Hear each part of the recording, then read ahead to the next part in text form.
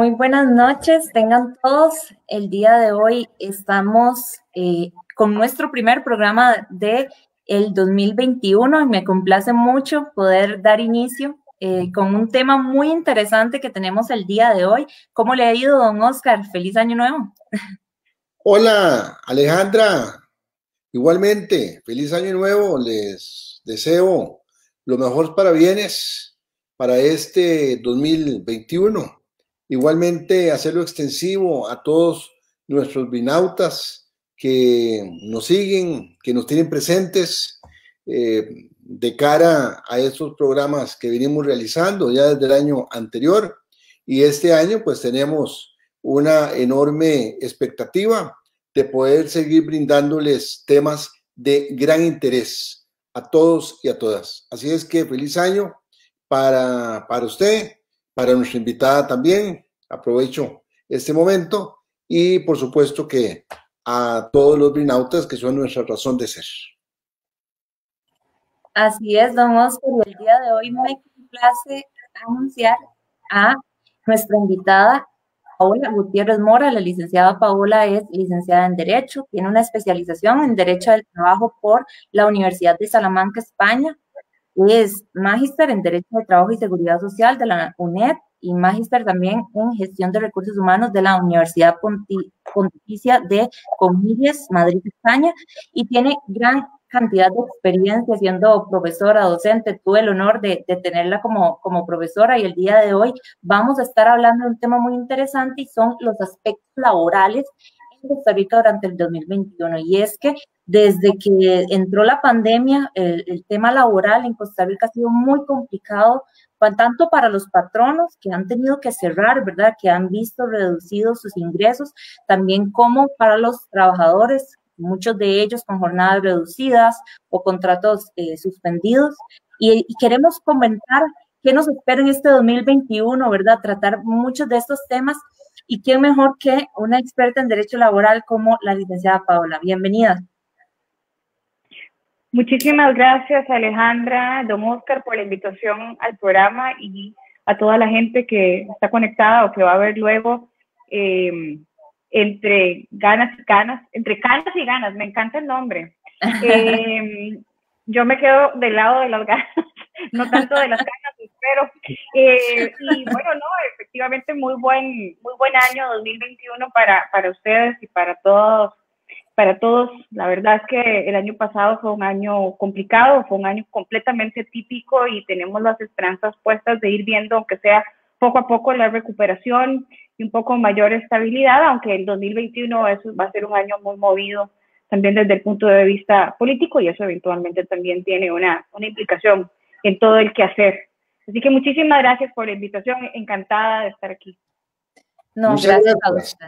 Muchísimas gracias. Bueno, sin duda, el aspecto laboral, las regulaciones tienen unas implicaciones muy sensibles en nuestras sociedades de siempre, especialmente la de hoy. Es un tema que no solo parte de lo económico, por supuesto, es el eje de sus regulaciones, sino también un aspecto de connotación social y es un derecho, el de los trabajadores y las trabajadoras, de enorme protección. Es un derecho social. Y nos decía ahora Alejandra, muy atinadamente, que en el 2020, año de la pandemia o inicio de la pandemia, pues ese tema se ha vuelto más sensible, más delicado. Hemos visto cómo la tasa de desempleo en nuestro país ronda, creo que ya supera el 24%. Eso es muy, es consecuencias nefastas, diríamos, para nuestra economía, para nuestra clase trabajadora, para esas familias que se han visto desempleadas y en momentos de angustia. Esperando una reactivación que en gran medida para el sector privado, los trabajadores del sector privado, va a ser fundamental, que si no hay reactivación, pues no van a tener trabajo. Pero bueno, hoy vamos a ver ese espectro de lo que nos espera, de esos aspectos laborales en Costa Rica durante el 2021. Y para dar inicio, le quería hacer una pregunta, licenciada. ¿Cuáles otras medidas considera usted, teniendo en cuenta que este 2021 podría continuar un poco convulso en el campo económico, cuáles otras medidas legales, verdad, se podrían tomar para proteger los puestos de trabajo? Vemos que a inicios de la pandemia se optó por la suspensión de los contratos de trabajo, por las reducciones de la jornada.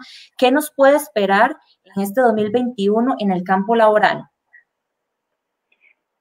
Justamente ayer se aprobó en segundo debate, ahora ya no recuerdo si fue ayer o fue hoy, porque es que ha sido como todo muy rápido, pero sí ya se aprobó en segundo debate en la Asamblea Legislativa, fue ayer, el proyecto para ampliar una prórroga más a la reducción de las jornadas.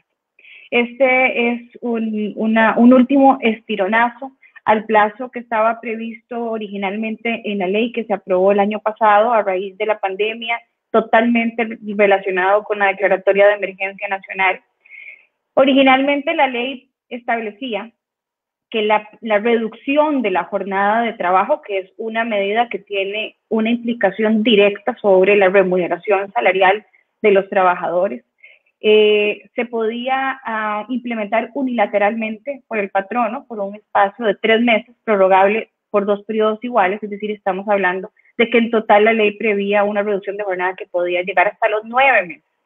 Sin embargo, empresas, sobre todo sector turismo, bares, restaurantes, que fueron, digamos, los primeros en aplicar esta medida de reducción de la jornada a partir de la aprobación de la ley, ya para diciembre habían acumulado los 9 meses establecidos y la gente estaba urgida de saber qué más podía pasar. Y bueno, ahora ya esto que había quedado pendiente de diciembre del año pasado, se permite que se prorrogue por una tercera ocasión. Estamos hablando de que en total la reducción de la jornada puede alcanzar 12 meses. ¿Es esto la solución para lo que planteaba don Oscar al inicio del programa para el tema del desempleo?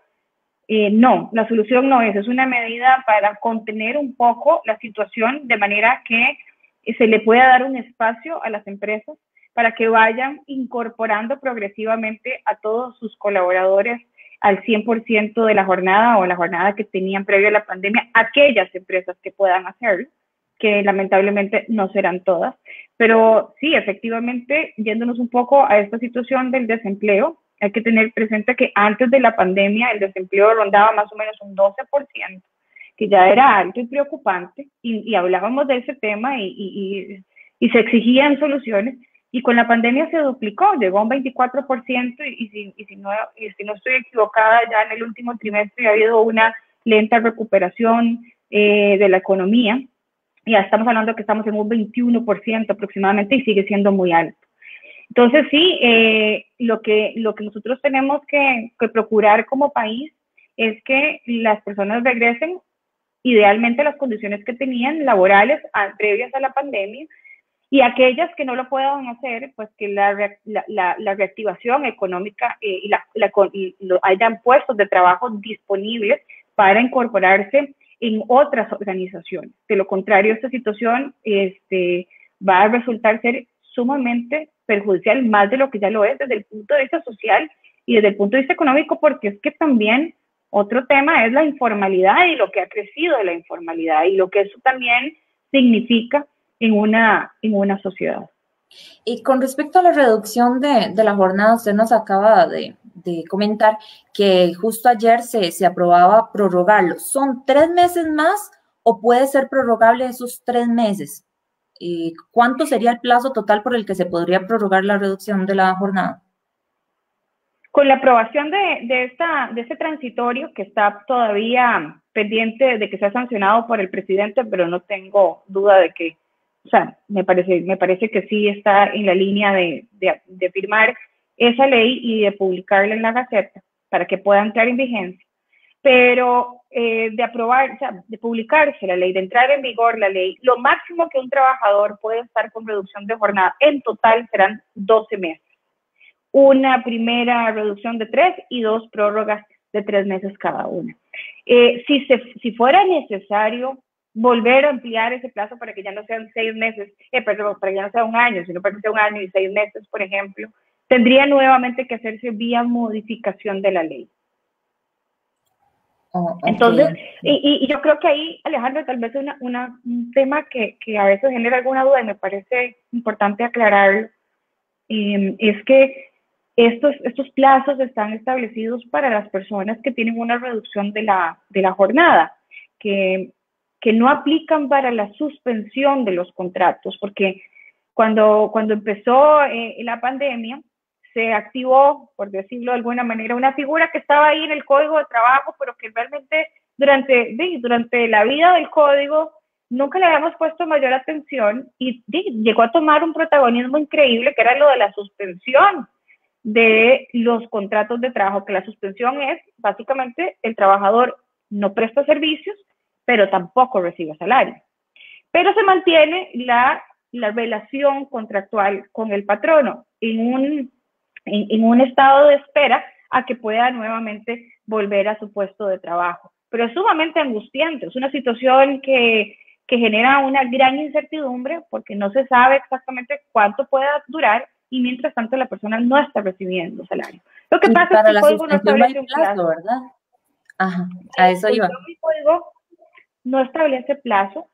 ¿Qué ha hecho el ministerio? Porque todo eso tiene que canalizarse a través del ministerio, de manera que el ministerio tiene que aprobarlo. Cada medida para verificar que se cumplen los requisitos.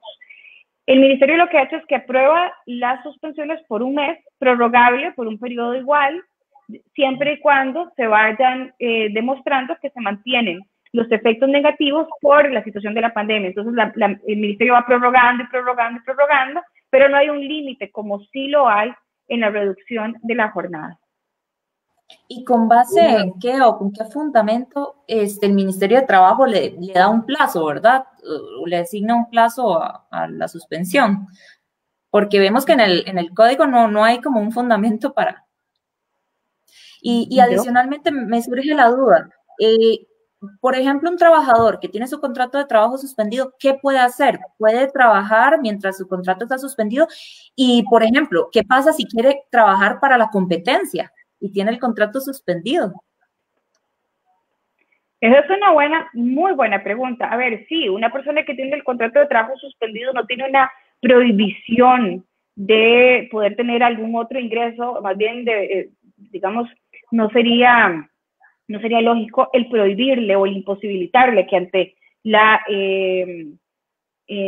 ¿verdad? Al no tener ingresos, pues que no pueda generarse otras formas de poder subsistir, la persona, su familia, etcétera, ¿verdad?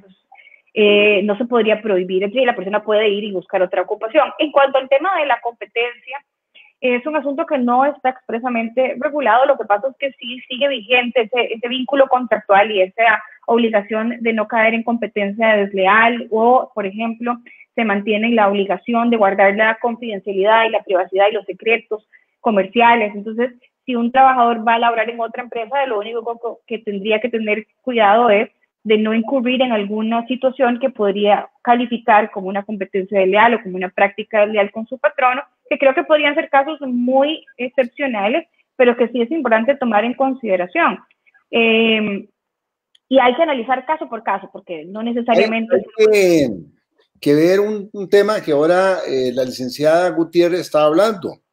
En el supuesto, el ejemplo que Alejandra ponía, qué interesante, si se va a trabajar a otro lado y, por ejemplo, la competencia incumple con una norma, disposición de confidencialidad o cualquier otra actuación, sí podría generar incluso una ruptura del vínculo laboral con responsabilidad, sin responsabilidad patronal. O sea, le puede... Así es, don Oscar. Hay un tema, licenciada, que yo quería conversarlo y tiene que ver por una pregunta que anda ahí en el aire y sería de interés para los brinautas. Esta afectación salarial, sea a través de una disminución de la jornada de trabajo o una suspensión, afecta los cálculos para el aguinaldo y para una futura pensión. Sí, claro. A ver, en el caso de la reducción de la jornada o de la suspensión del contrato de trabajo, hay una norma específica en la ley que señala que para el cálculo del preaviso y para el cálculo del auxilio de cesantía, en caso de que el contrato de trabajo finalice con responsabilidad patronal, el patrono tiene la obligación de ir a hacer los cálculos con los salarios completos que tenía el trabajador previo a la suspensión o previo a la reducción. Eso para esos dos rubros en concreto, el auxilio de cesantía y el preaviso. Ahora bien, los otros dos, para el pago de una eventual liquidación, como sería el aguinaldo o las vacaciones, sí se ven afectadas porque se calculan sobre el salario realmente devengado por la persona. Entonces, por ejemplo, una persona que estuvo suspendido su contrato desde marzo del año 2020 a noviembre del año 2020, tuvo una repercusión seria y evidente en el pago del aguinaldo porque el cálculo se vino para abajo. Ahora bien, la empresa tiene que cotizar sobre el salario real devengado por el trabajador, con lo cual eso también tiene una afectación eventualmente en las prestaciones de la seguridad social. Hay una prohibición expresa en la ley también de aplicar estas medidas para trabajadoras que estén en embarazo o en lactancia, en fuero especial que impide podérselos aplicar, pero sí hay una afectación. Incluso, don Oscar, esa pregunta me lleva a otra cosa que ha tenido también importancia durante la implementación de las medidas, sobre todo de la reducción, porque está la base mínima contributiva a la seguridad social. Entonces, con base en este monto que fija la Junta Directiva de la Caja, si yo gano menos de lo que es la base mínima contributiva, el patrono pagará las cargas sociales sobre, no el monto real devengado, sino sobre esa base mínima contributiva. Y con la reducción de la jornada, podía existir perfectamente la situación de trabajadores que devengaran menos de esa base, con lo cual se le cargaba al patrono el pago de unas cargas sociales más altas del monto real devengado por el empleado. La Junta Directiva durante varios meses de la Caja Costarricense del Seguro Social tomó la decisión de disminuir esta base mínima contributiva como apoyo para que no se cargara adicional a los patronos. Sin embargo, esa medida estuvo vigente por algunos meses, se prorrogó y actualmente ya regresamos a la base mínima completa. Entonces, por ejemplo, si las personas siguen prorrogando la disminución de la jornada, pero el trabajador gana menos de la base mínima contributiva, el patrón no pagará las cargas sociales con ese, digamos, recargo adicional. Y sí tiene, por supuesto, tiene una afectación. Incluso fue tantas las empresas que tuvieron que acudir a estas medidas que se identificaron como medidas de protección del empleo, que incluso se permitió vía ley que las personas pudieran retirar el fondo de capitalización laboral para también de ahí tener un poco de ingresos, y se había implementado también el tema de que recibieran el bono proteger, que también ya eso está como agotándose, ¿verdad? Pero sí tiene una implicación en cuanto a lo que se cotiza a la seguridad social, por supuesto. Y además, quienes están en suspensión no cotizan. Muy interesante algo que mencionaba, y es sobre los fueros de protección, ¿verdad? Trabajadoras embarazadas. Qué complicado con empresas que no tienen ingresos, ¿verdad? Que, por ejemplo, lo vimos en algún momento con el tema de los gimnasios que tuvieron que cerrar por completo. En esos casos de los fueros de protección, qué complicado, porque lo comentaba usted, no se les puede aplicar las medidas. ¿Qué puede hacer el patrono en esos casos? Sí, son dos situaciones muy particulares, muy puntuales y expresamente previstas en la ley. Yo creo que eso no es mi tema. O sea, a nosotros los abogados nos encanta interpretar todo y encontrarles las diferentes formas de aplicación, pero a mí me parece que esa norma es bastante transparente en el sentido de que, independientemente de la situación o de lo golpeada que pueda estar la empresa, esa es una prohibición. Y entonces la persona sigue. Si no la podemos incorporar, porque, digamos, está cerrado, era un bar, por ejemplo, y estaba 100% cerrado, por la medida sanitaria, había que seguirle pagando la remuneración salarial. Y otra cosa que también la gente le preocupa, y a los empresarios les preocupa, y a los trabajadores también, es el hecho de que las empresas están en una situación difícil, muchas empresas están en una situación difícil. ¿Y qué pasa si no logran reincorporar a sus trabajadores y los tienen que despedir?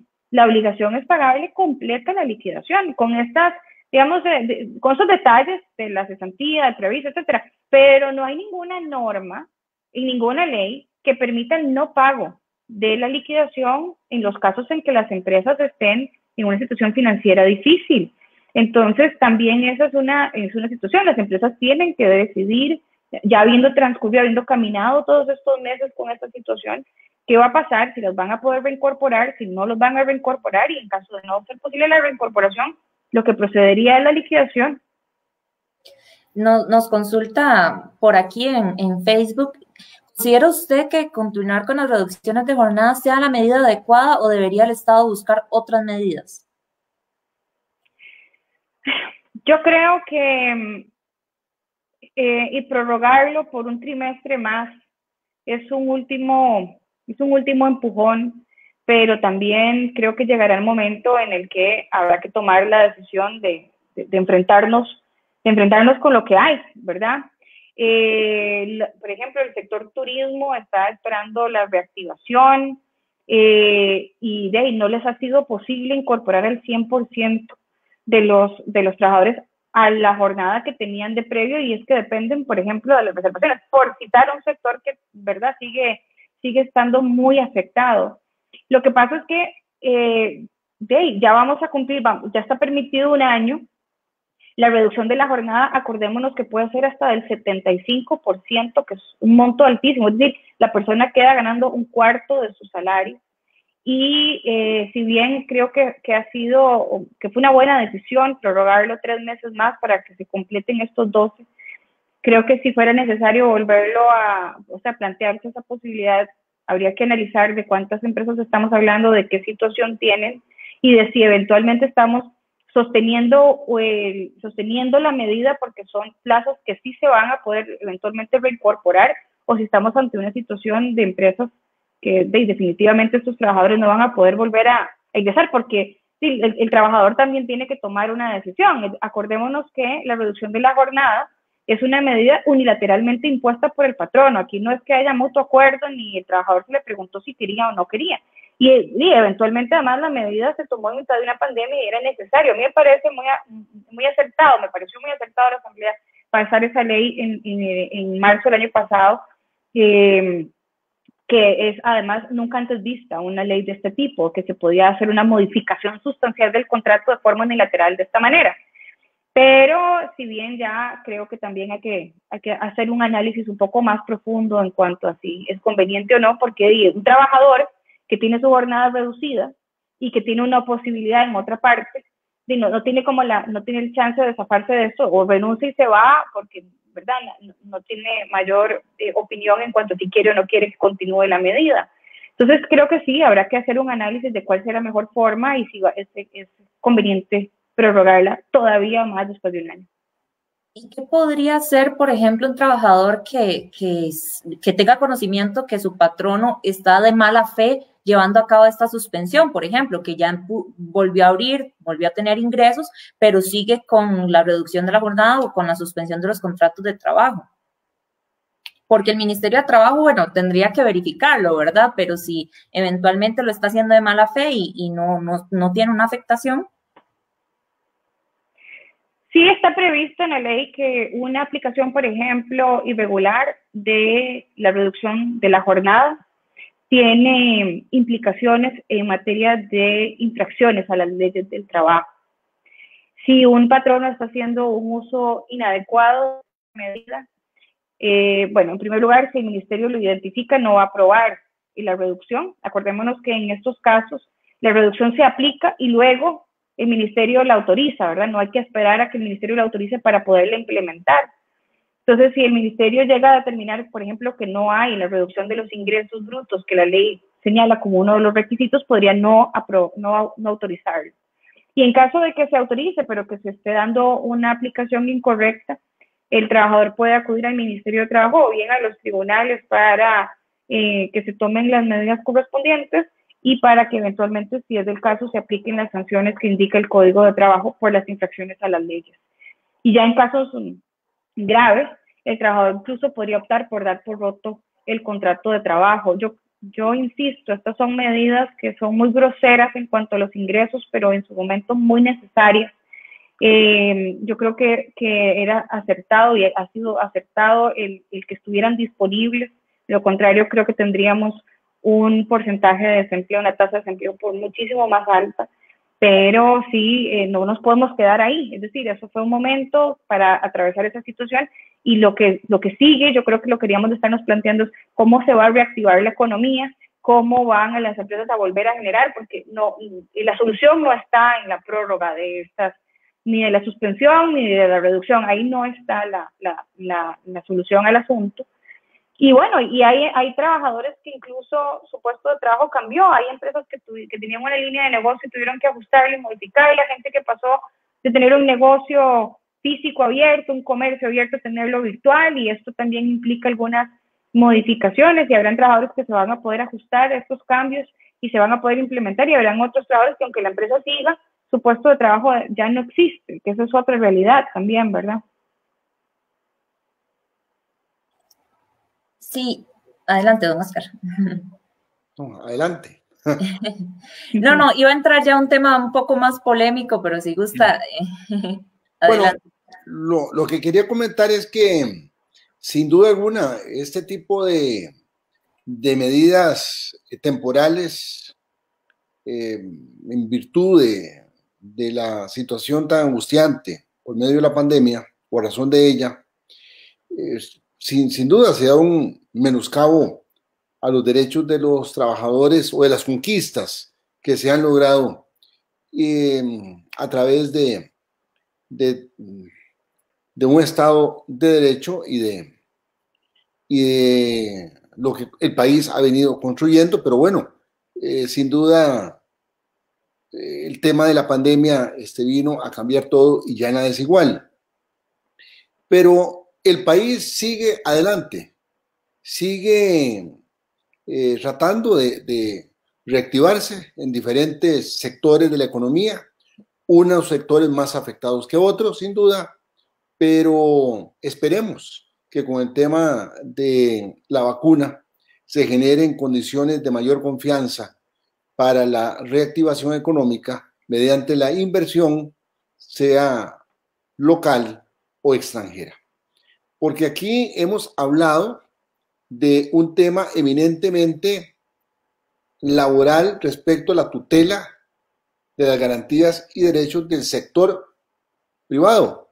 El sector público realmente pues ha mantenido sus condiciones laborales. Y hablando precisamente del sector público, es que caemos en un tema que está en el tapete en cuanto a esto de las reformas estructurales que se dice en el país para generar unas finanzas un poco, no sé si decir la palabra, más sanas o más posibles de manejarse como país y como economía. Y es precisamente el proyecto que tenemos en la Asamblea Legislativa, en la corriente de nuestro Congreso, del empleo público. Creo que Alejandra iba por ahí. Sí, correcto, don Oscar. Es un tema un poco polémico del quehacer nacional, ¿verdad? Y este 2021 me surge la duda, ¿qué nos espera respecto al tema del empleo público, ¿verdad? ¿Qué nos puede comentar nuestra invitada de hoy? Tenemos un proyecto de ley marco de empleo público, se le tienen que hacer modificaciones, por ahí hay quienes dicen que sí, tanto al proyecto como al Código de Trabajo, y quisiera escuchar también la opinión de nuestra invitada. Es un temazo el del empleo público, y es un asunto que tenemos años de estar hablando de esto. Es decir, ha sido un tema desde 1949, la regulación con la Constitución Política del empleo público. Y bueno, en este momento tenemos el proyecto en la Asamblea, está por discutirse. Yo creo que el proyecto con algunas modificaciones puede ser muy valioso para el país. El empleo público para mí es fundamental en un país. Es decir, el empleo público de calidad, el empleo público eficiente va a servir para un desarrollo económico y social de todos. Es decir, el empleo público no es un fin en sí mismo. El empleo público tiene que proteger, está ahí para ayudarle a todo el mundo a poder cumplir y a poder desarrollarse. Incluso es fundamental para el desarrollo de la empresa privada.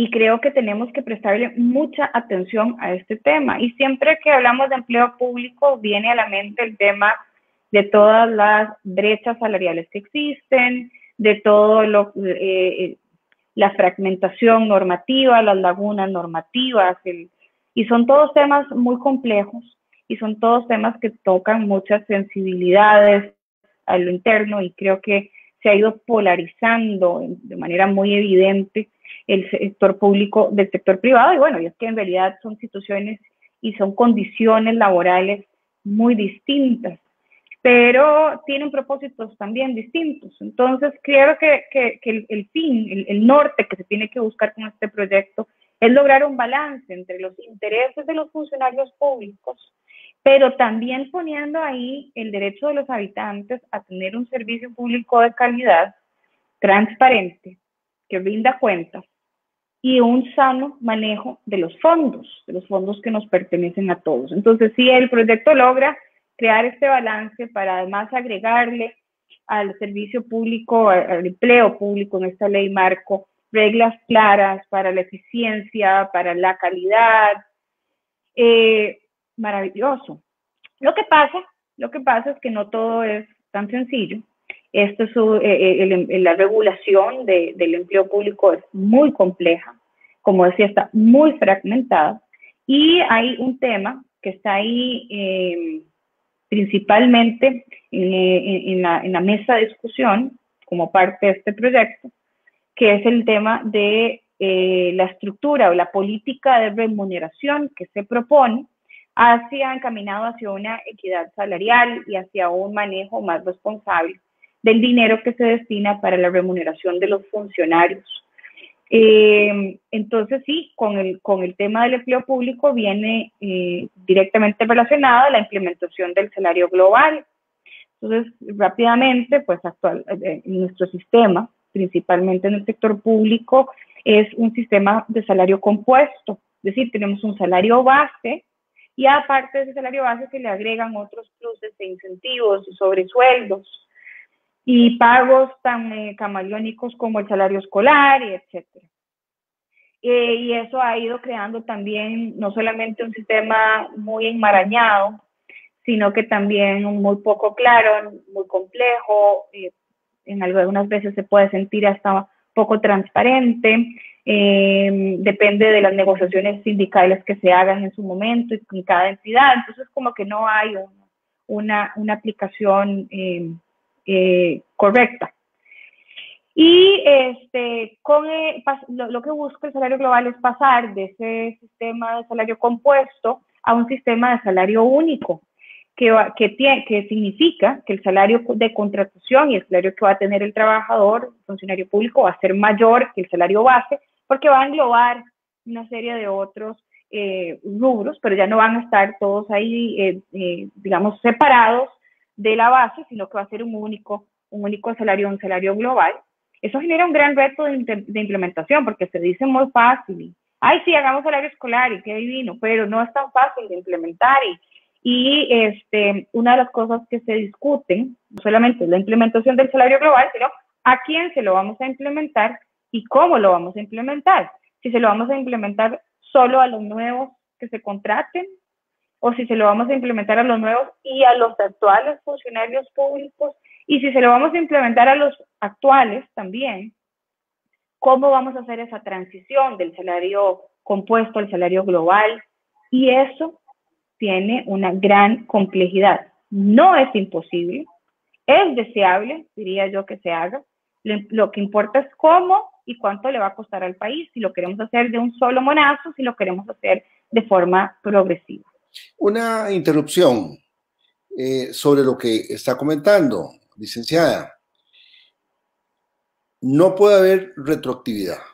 Los derechos que ya los funcionarios públicos actuales tienen, cada uno con su particularidad o su estructura salarial, habrá que respetarla, sea que le incrementen o que se lo ajusten en un solo monto y ya no con las descripciones que tenía, una estructura sencilla y no compleja como esa que usted comenta, y los nuevos tendrán entonces un solo salario también. En la corriente legislativa hay en este momento una moción que está equiparando aspectos salariales, pero se necesitan una cantidad considerable. En este momento se me escapa el monto, pero se está hablando de 100 y pico mil de millones, algo así, para poder compatibilizar esa modificación, que es lo que usted estaba comentando, bueno, cómo hacerle de un momento a otro. Lo que pasa es que hace falta la plata. ¿Cómo lo ve una especialista? ¿Como un punto meramente político o realmente hay una sostenibilidad legal y posibilidad económica de hacerse? Yo creo, el transitorio que conozco que está incorporado en el proyecto actualmente es el que propone que quienes ganen menos de lo que les correspondería por salario global en su categoría, pasen inmediatamente o en un plazo determinado al salario global. Y eso tiene un costo económico alto para el país. Entonces, sin querer entrar en temas más de índole fiscal, pero sí desde el punto de vista laboral técnico, yo considero que sí es posible cambiar el transitorio y que entonces se establezca que quienes actualmente son funcionarios públicos, si hacemos la equiparación de acuerdo con las estructuras y su salario actual es menor al salario que les correspondería por salario global, se pueda ir haciendo una migración progresiva en el sentido que se mantienen en la estructura de salario compuesto, mantienen siempre los pagos de lo que tienen hasta el momento, eso no se ve afectado, es decir, no va a haber obviamente ninguna reducción salarial para ellos, mantienen su estructura y progresivamente, conforme vayan recibiendo los aumentos y vaya incrementándose su salario y lleguen al tope o empaten con el salario global, en ese momento pues entonces migren hacia ese sistema. El otro día comentaba ¿qué es lo que preocupa con respecto a esto? De que no se haga de inmediato, sino que se vaya haciendo conforme la gente va alcanzando los niveles. Una de las preocupaciones que hay ahí es que pueda existir un trato discriminatorio y que alguien pueda alegar que hay dos personas haciendo el mismo trabajo con iguales competencias o iguales requisitos académicos, pero con un salario distinto. Hay algunos criterios de la Sala Constitucional interesantes en ese sentido y también de la Sala Segunda. Hay una sentencia, hay un voto de la Sala Constitucional que analiza un recurso de amparo del Banco Central en donde se plantea precisamente esta situación. El Banco Central en algún momento implementó el salario global y se mantuvo de forma paralela en un sistema de salario compuesto y un sistema de salario global, y alguien argumentó, un grupo de trabajadores argumentó esta situación, señalando que existía una discriminación y una desigualdad salarial que iba al contrario a la Constitución, y la Sala señaló que en ese caso no procedía y no había una discriminación salarial que mereciera una protección constitucional porque no se estaba atentando contra el artículo 33 de la Constitución Política, en el sentido de que esas diferencias que existían tenían una razón de ser, había una razón objetiva y que por lo tanto las discriminaciones que no están permitidas son aquellas que resulten arbitrarias o para establecer privilegios que no tengan fundamento. Y además esto también ha sido analizado por la Sala Segunda en algunas ocasiones también. Entonces creo que si lo que preocupa es esa parte, y los diputados que tienen la responsabilidad de decidir cómo se va a hacer esto, creo que se puede analizar y se puede profundizar sobre estos criterios y estos votos de la sala, en el sentido de que yo creo que es deseable que se pase a salario global. Si esto le va a dar transparencia y simplicidad al sistema, sin que esto signifique, Alejandra y don Oscar, yo creo que esto es importante, el salario global no significa implementar salarios de hambre, como dice alguna gente en la función pública. Eso sería terrible. O sea, empezar a pensar en pagar salarios muy bajos en la función pública, eso nos perjudica a todos, perjudica al funcionario público y perjudica a la ciudadanía, porque entonces, ¿quién va a querer ir a la función pública, verdad? Entonces yo creo que es un tema de ordenarse, no es un tema de perjudicar, de acuerdo con las posibilidades económicas, porque yo quisiera ganar más, pero si no hay esas posibilidades económicas para que me paguen más, pues hay que mantenerse dentro de las posibilidades presupuestarias del país. Eso es lo más responsable y eso es lo que nosotros deberíamos como ciudadanos de exigir que pase, porque hay que pensar que aparte de las remuneraciones salariales de la función pública, que son muy importantes, pues el dinero se tiene que destinar a otras cosas, a infraestructura, a educación, a salud, es decir, ¿verdad? ¿No? Entonces sí, pero con el tema del salario global, digamos, para retomar, creo que sí es importante decidir no solamente a quiénes se le va a aplicar, sino cuándo y a quién. Y eso, don Oscar, eso es un tema sí que lo podemos ver desde el punto de vista técnico, pero que creo que ahí es un tema sobre todo político, en un año complicado, ¿verdad? Ya nos estamos acercando pues, al tema de las elecciones y entonces hay muchos intereses, o podría existir gente con muchos intereses en que favorecer o mantener algunas situaciones. Entonces sí creo que hay una parte técnica necesaria y hay una parte política. Pero aprovecho para decir que salario global perfecto, no importa al final, o sea, puede manejarse por diferentes caminos, hay que analizar cuál es el más conveniente. Pero si vamos a implementar salario global y no vamos a poner límites en la convención colectiva, se nos va a hacer un problema mayor al que tenemos actualmente. El salario global es incompatible con la negociación colectiva en el sentido, no tanto con la negociación colectiva, corrijo, con la convención colectiva. La negociación es una cosa y la convención es el resultado de la negociación, es uno de los resultados, no el único. Pero si yo tengo un salario global, precisamente para simplificar la estructura y darle transparencia y que haya un único salario, dependiendo de la categoría, de los niveles, etcétera, pero permito que a través de la negociación colectiva se puedan incorporar nuevos pluses y nuevos sobresueldos y nuevos pagos, pues entonces al final lo que vamos a terminar es con una estructura más cara que la que tenemos y con exactamente los mismos problemas que tenemos ahora. Entonces yo sostengo que hay que prestarle mucha atención al tema del salario global, pero no quisiera que por estar discutiendo solo el tema del salario global descuidemos el tema de la convención colectiva, porque si pasa el salario global, como sea que al final pase, pero no se corrigieron estas cosas, a mí me preocupa lo que esto pueda significar. Y bueno, tocar el tema de convenciones colectivas es sensible. Y el tema de las convenciones colectivas, aparte que es un tema sensible, es un tema que ya ha estado bajo la lupa, ¿verdad? Por distintas convenciones colectivas. Vemos, han habido bastantes polémicas respecto a eso. Y ahí me surge una duda. ¿Se le pueden establecer límites? ¿Es un derecho adquirido? ¿Cómo se deben de entender? ¿O se esperan cambios en la forma en cómo se negocian las convenciones colectivas a futuro, precisamente por casos recientes que se han dado? Hace poco, bueno, escuchábamos el tema de la convención del MEP, por ejemplo.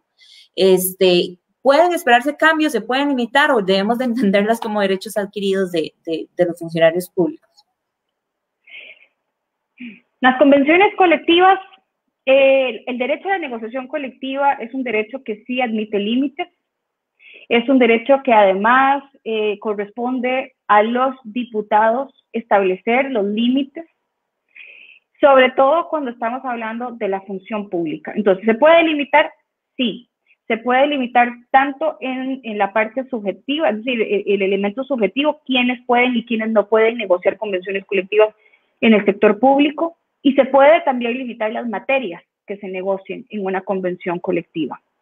Hace poco la Procuraduría, el 24 de noviembre, y me acuerdo de la fecha porque es mi cumpleaños, el 24 de noviembre emitió una opinión no vinculante, pero a solicitud de la Comisión Permanente de Gobierno y Administración de la Asamblea Legislativa, y se refirió a temas relacionados específicamente con el proyecto, pero sobre todo a dos aspectos, o por lo menos esos son los que resalto en este momento, que tiene que ver con lo que señalaba don Oscar en cuanto a la modificación de las condiciones para poder implementar el salario global, y el tema de si es posible limitar la convención colectiva por medio de una ley, y la Procuraduría señaló que sí es posible hacer modificaciones en cuanto a los esquemas de remuneración de los empleados públicos, siempre y cuando esto no signifique que se les va a disminuir su sueldo.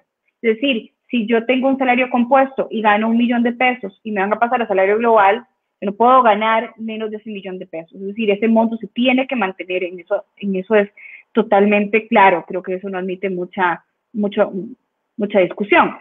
Ahora bien, con el tema de la convención colectiva, ¿se puede limitar? Sí. ¿Hay sectores, hay funcionarios públicos que pueden quedar excluidos de la convención colectiva?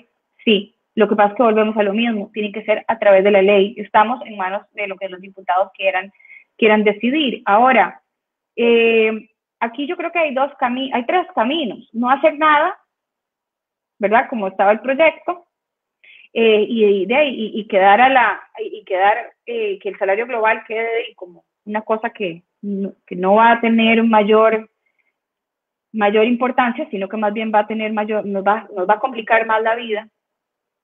O bien establecer límites, y los límites que podemos es limitar quiénes pueden negociar y quiénes no pueden negociar, y decir, bueno, solamente van a poder negociar convenciones colectivas quienes no participen de la administración directa del Estado.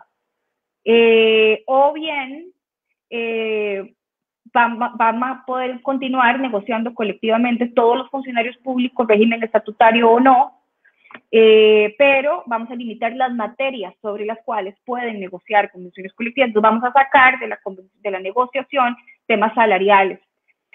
Con la reforma procesal laboral del Código de Trabajo del año 2016, se implementaron modificaciones muy importantes en materia de derechos colectivos y de negociación colectiva en el sector público. Se incorporaron en el Código de Trabajo, que creo que en su momento no le prestamos la atención que esto tenía, pero hoy ahora la situación, la realidad nos enfrenta con la necesidad de cuestionarnos si esas modificaciones fueron adecuadas, o bien, si en su momento fueron adecuadas, si se ajustan a la realidad actual, porque cuando se plantearon estas modificaciones, se abrió las puertas para que la negociación colectiva estuviera presente y la posibilidad de una convención a más funcionarios públicos, a una mayor alcance.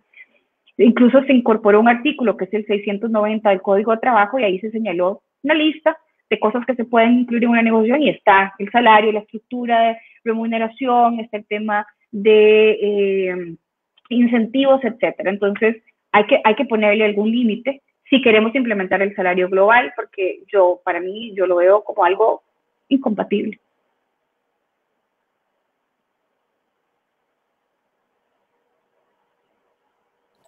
Bueno, efectivamente, en los últimos tiempos, el tema de las convenciones colectivas ha dado de qué hablar. Ya el país, antes de la pandemia, venía en un problema fiscal muy complicado, abriéndose esa brecha del déficit fiscal cada día más. Y bueno, ahí se empezó a generar el tema de qué hacer con las convenciones colectivas. Efectivamente, se han puesto posiciones a favor, en contra, sobre todo en contra, por ciertos privilegios o ventajas que se tienen en algunos sectores, más no en otros. ¿Qué consideración tiene una experta en esto?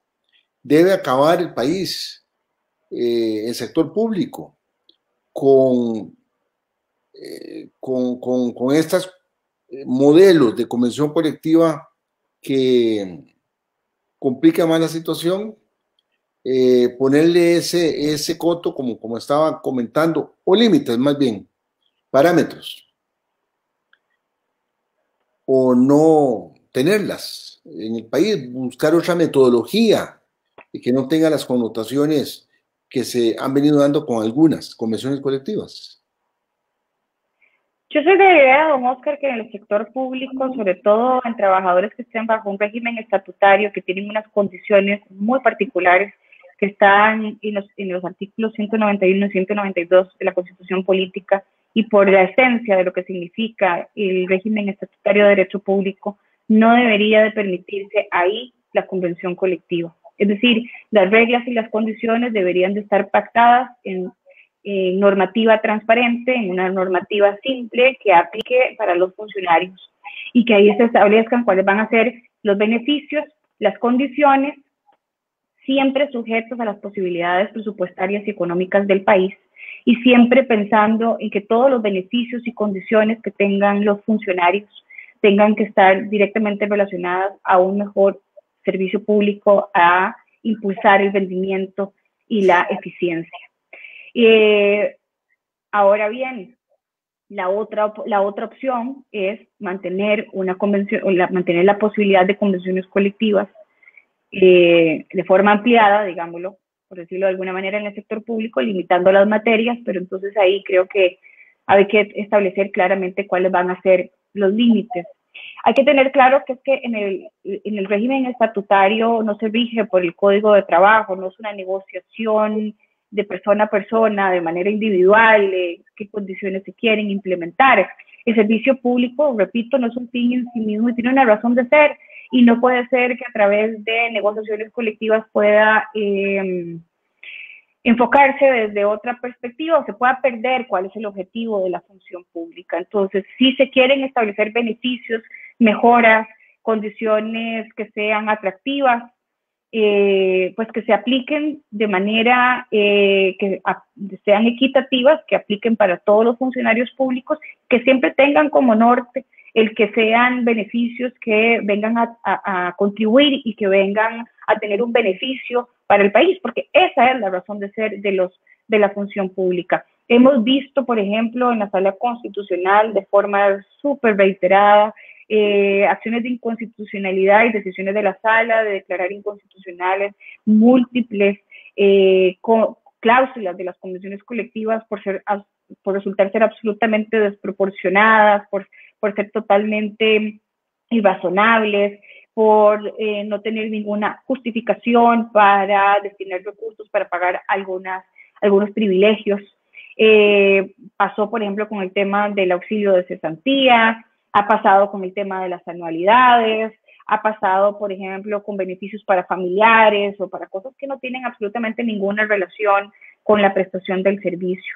Entonces sí, creo que yo soy de esa opinión, pero entiendo que es bastante, es polémico, no todo el mundo está de acuerdo con esto, y menos a partir del año 2016, cuando se hicieron estas modificaciones en el Código de Trabajo, que más bien dieron lugar a interpretaciones más amplias, aunque la Sala Constitucional ha mantenido criterios en algunos casos muy claros, en otros un poco más sujetos a interpretación, en cuanto a que la negociación colectiva debería de quedar excluida de aquellos funcionarios que tienen un régimen estatutario, por las condiciones y por las razones que acabo de mencionar. Es interesante porque sí, es una de las posturas más fuertes de que se les limite a quienes tienen el régimen estatutario, pero para efectos también de que nuestros bernautas lo conozcan, ¿verdad? ¿Cuáles son aquellas instituciones que estarían dentro del régimen estatutario? Sería la Administración Central del Estado, ¿correcto?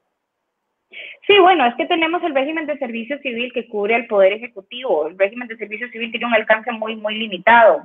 Pero también tenemos, por ejemplo, los estatutos en el Poder Judicial, es decir, tenemos otros estatutos. Aquí tenemos múltiples. Existe un empleo público, pero existen múltiples regulaciones. Y entonces, básicamente, lo que estamos hablando es de aquellos funcionarios que prestan servicios, que participan de la prestación de los servicios del Estado, que hacen una administración y que, por lo tanto, están sujetos al derecho público y tienen condiciones en donde prevalece el principio de legalidad, en donde las condiciones no se pactan de manera como si estuviéramos formalizando un contrato de trabajo, sino que son condiciones que se pueden y se deberían. Yo soy de esa idea que se deberían de implementar de forma unilateral por parte del Estado, siempre pensando en que el objetivo principal es el interés general y la continuidad de los servicios públicos.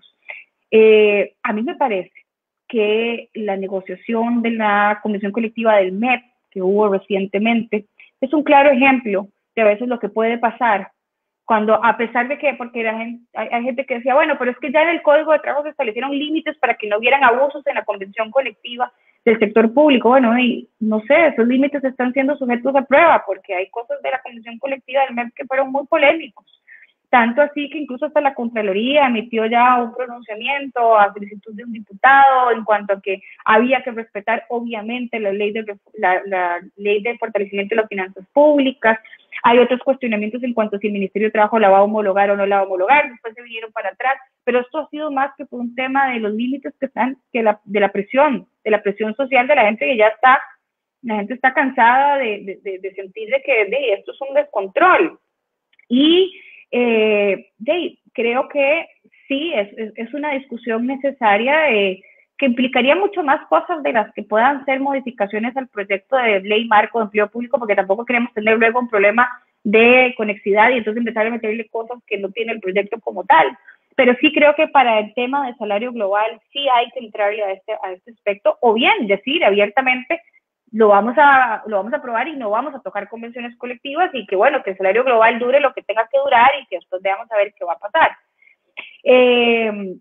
Y creo, Alejandra, que usted lo mencionaba al inicio cuando empezamos a hablar de este tema, y es que no solamente hacerle modificaciones al proyecto a través de mociones, es que hay que también modificar el Código de Trabajo, porque de lo contrario vamos a tener normativa que va a competir.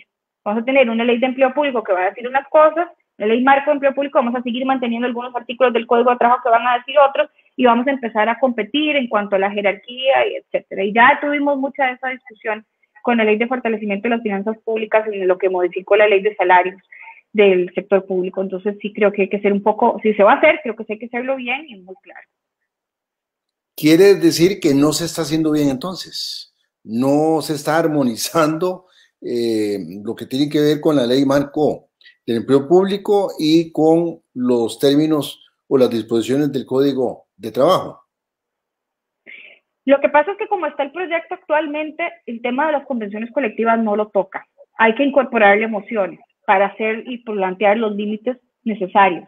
Y si se va a hacer eso, no basta con incluir esas modificaciones al texto, hay que además incluir reformas al Código de Trabajo, porque en el Código de Trabajo se regula el tema de la negociación colectiva y de las convenciones colectivas. Entonces, si lo hacemos solo en un lado y no lo compatibilizamos con el otro, vamos a empezar a tener roces y problemas de interpretación el día de mañana, y sabemos que eso termina siendo muy desgastante. De por sí que ya esta ley va a ser una ley que va a generar también probablemente reclamos en sede judicial. Yo creo que este es un proyecto que no se va a salvar de pasar por la consulta facultativa de constitucionalidad, y bueno, y eso a mucha gente le da tranquilidad saber qué opina la sala antes de aprobarlo, antes de votarlo en segundo debate. Así que sí, yo creo, don Oscar, si usted me pregunta, que el proyecto como está ahora no debería de ser, que se le deben de aplicar modificaciones, y que dentro de las modificaciones, dentro de esas mociones, hay que pensar que también hay que valorar cambios en el Código de Trabajo. Bueno, parece que ya estamos sobre tiempo. Agradecerle infinitamente a la licenciada Paola Gutiérrez su presencia. Hoy ha sido una conversación muy sustantiva, muy llena de contenidos, de mucho aprendizaje, riquísima. Muchísimas gracias. Excelente la recomendación de Alejandra Peña. Muchísimas gracias, de verdad. Y más bien, cuando avance un poco más esto de los temas parlamentarios, pues invitarla para que sigamos conversando y aprendiendo respecto a esto. Muchísimas gracias por la invitación. Yo encantadísima, de verdad. Ha sido un placer Y claro, quedo a la orden. Muchas gracias. Bueno, hemos conversado sobre estos temas de derecho laboral tan sensibles, tan sociales, tan llenos de tanta ocupación de parte de la sociedad costarricense. Yo sí quisiera reconocer el trabajo de la Asamblea Legislativa, y aquí lo manifestó la licenciada Gutiérrez, de la forma oportuna como procuró de alguna u otra manera apagar el incendio y buscar una protección del empleo mediante esa reducción de jornada, que no es la solución más feliz, pero las realidades económicas nos ha llevado a esto respecto a la pandemia. El Poder Ejecutivo tuvo ahí alguna participación de apaguincendios con el bono proteger, que también dio algunos aspectos de qué hablar respecto al otorgamiento, en fin, pero se generó esos espacios de colaboración social. Aprendimos mucho sobre el salario global, sus ventajas y desventajas, pero sin duda se busca la necesidad de mayor transparencia, proporcionalidad y equidad respecto a los salarios en el sector público. Y bueno, ahora que estamos hablando de las convenciones colectivas, sin duda, tienen alcances muy importantes, connotaciones positivas, negativas, y qué complicado en año preelectoral venir a regular estos nuevos aspectos. Sí, finalmente hay algo que me dejó muy preocupado y tiene que ver con la falta de armonización de lo que se está haciendo en la Asamblea Legislativa. Este es un tema que, Alejandra, si le parece, dentro de unas semanas, y si la licenciada Gutiérrez así lo tiene bien, profundizar más estos temas. Porque el momento de hacer las cosas bien es ya, y no después buscar parches y remiendos cuando ya es tarde, con un problema fiscal como el que tenemos en nuestros hombros. Bueno, ya me pasé más bien. Sí, estamos sobre tiempo. Hasta luego, que estén muy bien, y gracias de nuevo a nuestra invitada por aceptar la invitación el día de hoy. Nos vemos. Hasta luego.